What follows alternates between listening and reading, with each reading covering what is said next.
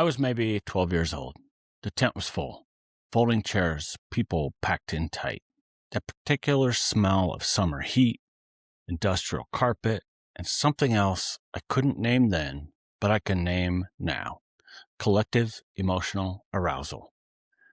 The worship team had been playing for a long time. The music didn't stop. It just cycled. The same phrases, the same chord progressions, building and releasing and building again. People around me were crying. Some of them had their hands up. Some of them were swaying. And then it hit me. This wave, this overwhelming, full body feeling. Warmth that started in my chest and moved outwards. My eyes filled up. I felt, and this is the only word that fits, I just felt held. And the man at the front of the tent told me exactly what that feeling was. He said, that's the Holy Spirit. It's God, present in this place, moving in your heart. What you're feeling right now is real, and don't you dare walk away from it. And I didn't walk away for a really long time. I'm Adrian. I'm a combat veteran, a former law enforcement officer, and a psychology student. I grew up in a high-control religious community in rural Iowa, and I've spent the last about 5 years taking everything apart that I thought I knew. This is the Long Debrief, and today I want to talk to you about a word, revival. In the tradition that I grew up in, and in a lot of American evangelical and charismatic Christianity, revival is an almost sacred word. It carries weight, history, and expectation. It refers to a movement of God, a mass spiritual awakening, and the idea that God, at certain moments in history, moves through communities and regions and changes people en masse. The Great Awakenings, Azusa Street, Benny Hinn filling stadiums. And speaking of Benny Hinn, I was at one of those events. I was young, maybe 15 or 16. And what I experienced there was not small. The music, the crowd, the lights, the man at the front with the white suit and the microphone, who seemed to carry some sort of charge in the air around him. People were falling over and weeping and claiming healings. And underneath all of it, that feeling, that overwhelming, full body, inexplicable feeling of presence. And I was told that that feeling had a name. And the name belonged to God. And God belonged to this institution. And the institution would tell me what I should do with it. That's the part that I want to slow down. Not the feeling, but the naming of that feeling. Years later, and I mean years, I was an adult, I'd been to war, I'd come home, and I was somewhere in the middle of trying to figure out who I was outside of the frameworks I'd been handed. I was at a music festival. I don't need to get specific about what kind of music festival. Some of you already know, and some of you are already uncomfortable, but just stay with me for a second. The music was loud. The crowd was enormous. The most people I had ever seen at one place at one time. There were lights and bass that you could feel in your sternum. And thousands of people moving together in the dark. And it hit me. That same wave. That same full body warmth. That same feeling of being held by something larger than myself. Eyes filling up, chest opening, the sensation that something real was happening. I stood there in the middle of that crowd, and I thought, wait, I've felt this before. And then I thought something that scared me. If this feeling can happen here, what does that mean about where I felt it the first time? I want to be careful here because this is where people hear something that I'm not saying. I'm not saying that the feeling was fake. I'm not saying that you were stupid for having it. I'm not saying something real I'm not saying that nothing real was happening. The feeling was real. I know because I felt it. It is one of the most real things a body can experience. What I'm saying is the feeling didn't come with a label attached. The label was applied afterwards by someone else for reasons that had nothing to do with your experience and everything to do with their institution. Let me tell you what we know about the conditions that produce that feeling. Repetitive music with a predictable emotional arc, extended duration, usually 90 minutes or more, often much longer, physical crowd density, sleep disruption because revival events often run late and travel disrupts your routine, reduced caloric intake because fasting is frequently encouraged or implicit in the schedule, social proof, people around you responding, which tells your nervous system it's safe and it's significant. And a charismatic figure is always at the front who is trained, consciously or not, to read the room and escalate at the right moments. I want to slow down on each one of these because the list version makes it sound kind of like a recipe, and they're not a recipe. It's a stack, and each one lowers your defenses just a little, and together they produce a state that is genuinely altered. Take the music. Worship music in a charismatic setting is built on what musicologists call a 4-chord loop. It's a small set of chord progressions that resolve and unresolve in predictable cycles. The third time through the bridge of the same song, when you stop tracking the lyrics and you're just inside the sound, something shifts. Your prefrontal cortex, the part of your brain that does analysis, skepticism, the part that asks, wait, what? That part starts to quiet down. Researchers studying trance states that across cultures have found this pattern everywhere. Sufi thicker, Pentecostal worship, EDM, indigenous ceremonial drumming. The specific theology changes, but the mechanism remains the same. Take the duration. 90 minutes is not arbitrary. That's roughly the window where sustained rhythmic stimulus combined with a reduced novel input starts to produce measurable changes in cortisol, in heart rate variability, in what neuroscientists call default mode network activity. Your sense of being a separate self, the constant inner narrator, starts to soften. People describe this as losing themselves in worship. And that's a pretty accurate description. Something is happening to the self. Take the crowd. There's a researcher named Jonathan Haidt who writes about what he calls collective effervescence, which is a term that he borrowed from the sociologist Emil Durkheim, who was studying religious gatherings over 100 years ago. Durkheim's observation was that human beings in groups, under the right conditions, experience a kind of emotional synchrony that feels like contact with something larger than themselves. Durkheim wasn't a believer. He was watching the mechanism, and he said, this is what religion is made of. Not the doctrine, but the shared body in a shared room. Take the sleep and food. Revival events, especially multi-day ones, run on schedules that would be considered borderline coercive in any other context. Late nights, early mornings, long sessions, communal meals on someone else's clock, or no meals at all. Your body chemistry is not the same on day 3 of a conference as it was on day 1. You're not in your normal nervous system.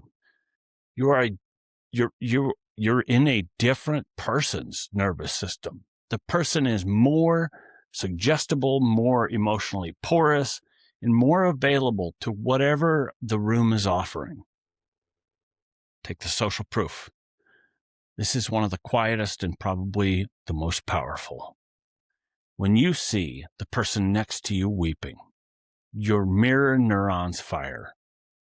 When the person in front of you raises their hands, something in your body wants to raise yours.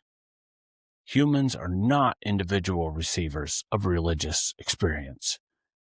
We are a herding species, and our emotional states are contagious in ways we don't consciously track. Decades of research on emotional contagion show that this transmission happens in milliseconds, faster than conscious thought. So by the time you decide whether you're feeling something, you're already feeling it. And then the figure at the front. Now I want to be careful here, because I'm not accusing every preacher of being a manipulator. Most aren't. But there is a craft to crowd work. And that craft is real, whether or not the person practicing it knows that they are practicing it. Pacing, volume modulation, the pause before key phrases, the call and response that gets the crowd vocalizing in unison, which, by the way, is another mechanism. Synchronized singing is associated with social bonding and the release of bonding hormones like oxytocin. The room is bonding in real time.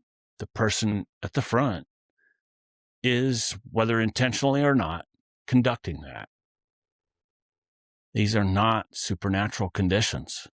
They are human conditions. They are the same conditions that produce collective emotional experiences at concerts, at political rallies, at sporting events, at protests, funerals, and military ceremonies. I felt versions of this feeling in the military. I felt it at sporting events. I felt it at memorial services.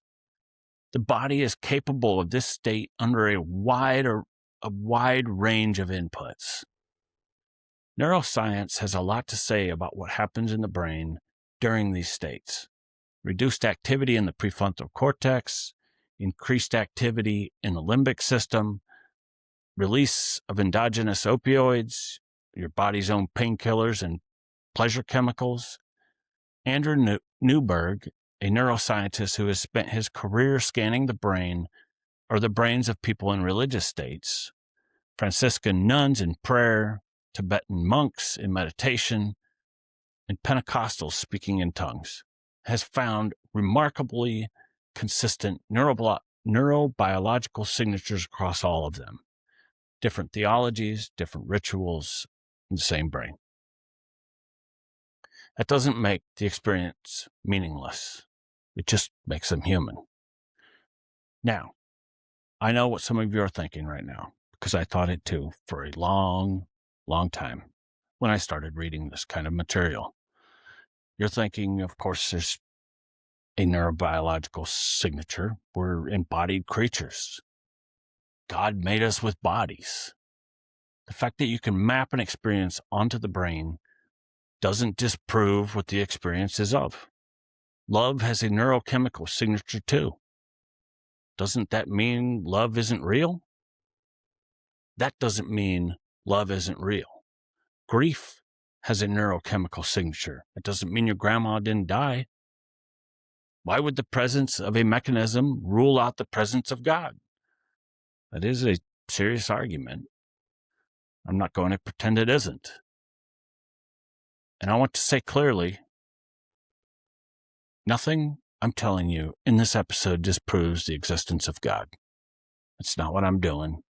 I'm not equipped to do that. And I'm not really interested in doing that.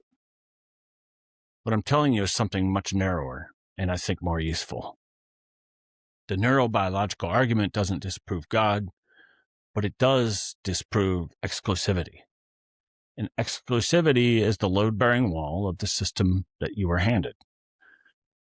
If the same feelings can be produced by a Pentecostal revival, a Sufi ceremony, a Buddhist retreat, and an ayahuasca circle, a Bruce Springsteen concert, and a military funeral, then the feelings cannot be the proof that one of those traditions is the true thing. The feeling is the proof that you are a human being with a nervous system, and it tells you something about you. It does not, on its own, tell you anything about which framework around it is correct.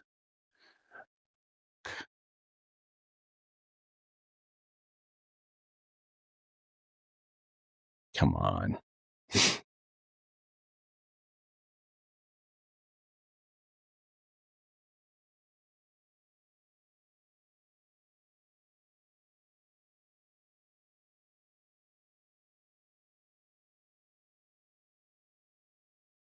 And the tradition I grew up in didn't say, this feeling is real and it's pointing you towards something we can only partially understand. And lots of traditions are reaching for the same thing in different languages. It said, this feeling is ours. It happens here. And it belongs to this God, this book, this authority. And if you feel it somewhere else, you're being deceived. You're back.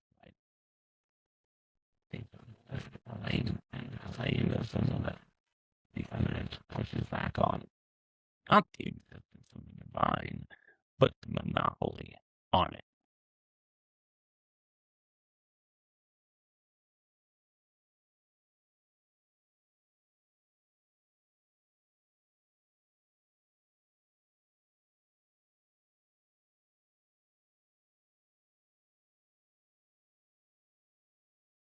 That is a specific claim, and the claim is one of the evidence pushes back on, not the existence of the divine, but the monopoly on it. So here's what revival events do that concerts don't. They tell you the feeling is exclusive, that it only happens here, in this context, with these people, under this authority. They tell you the feeling is a communication from God, which means if you walk away from the information, you walk away from the feeling, you walk away from God.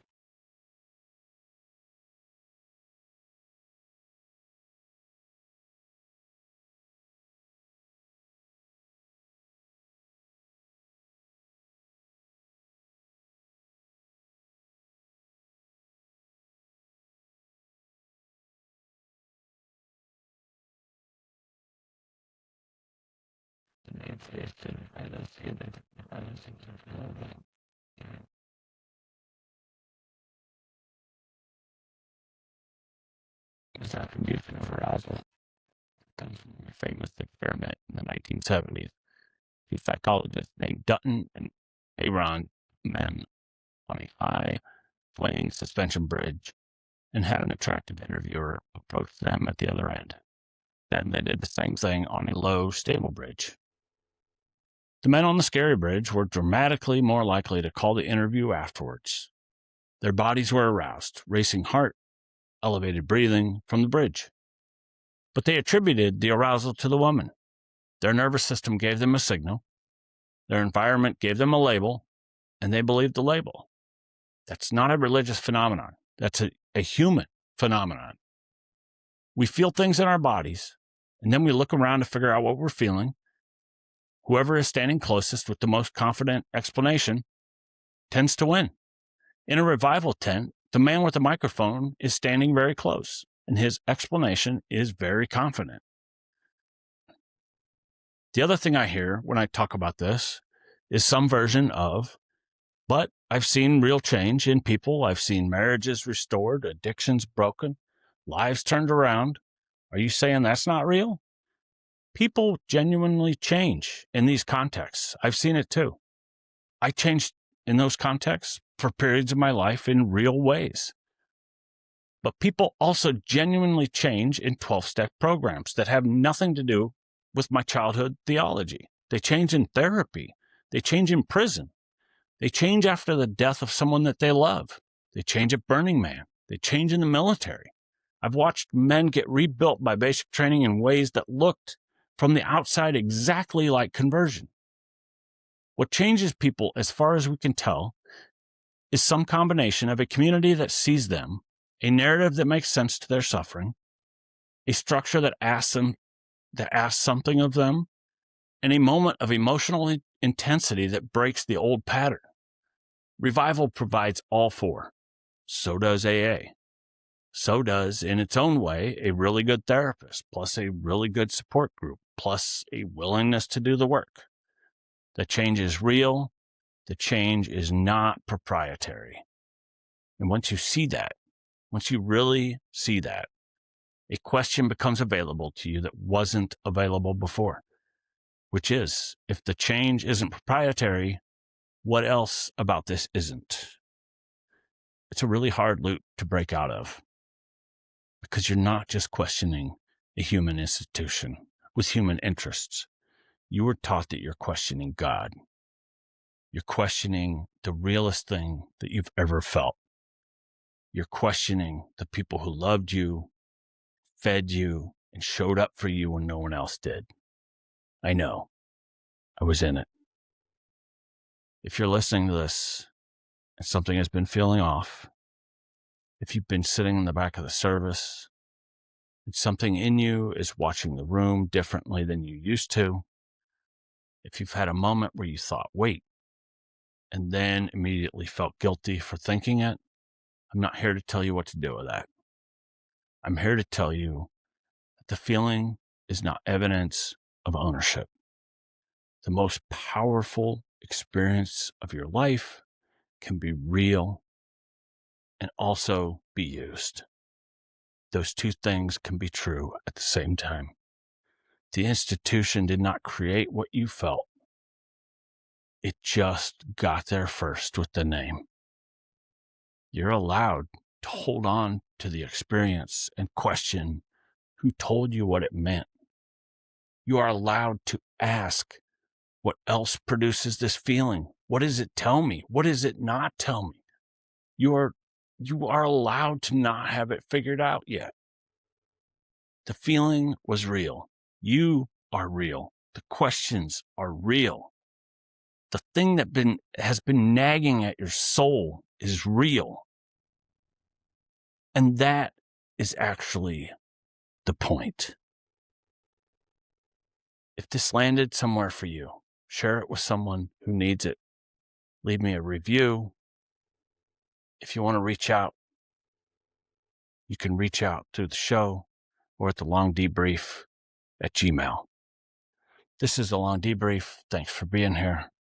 See you next week.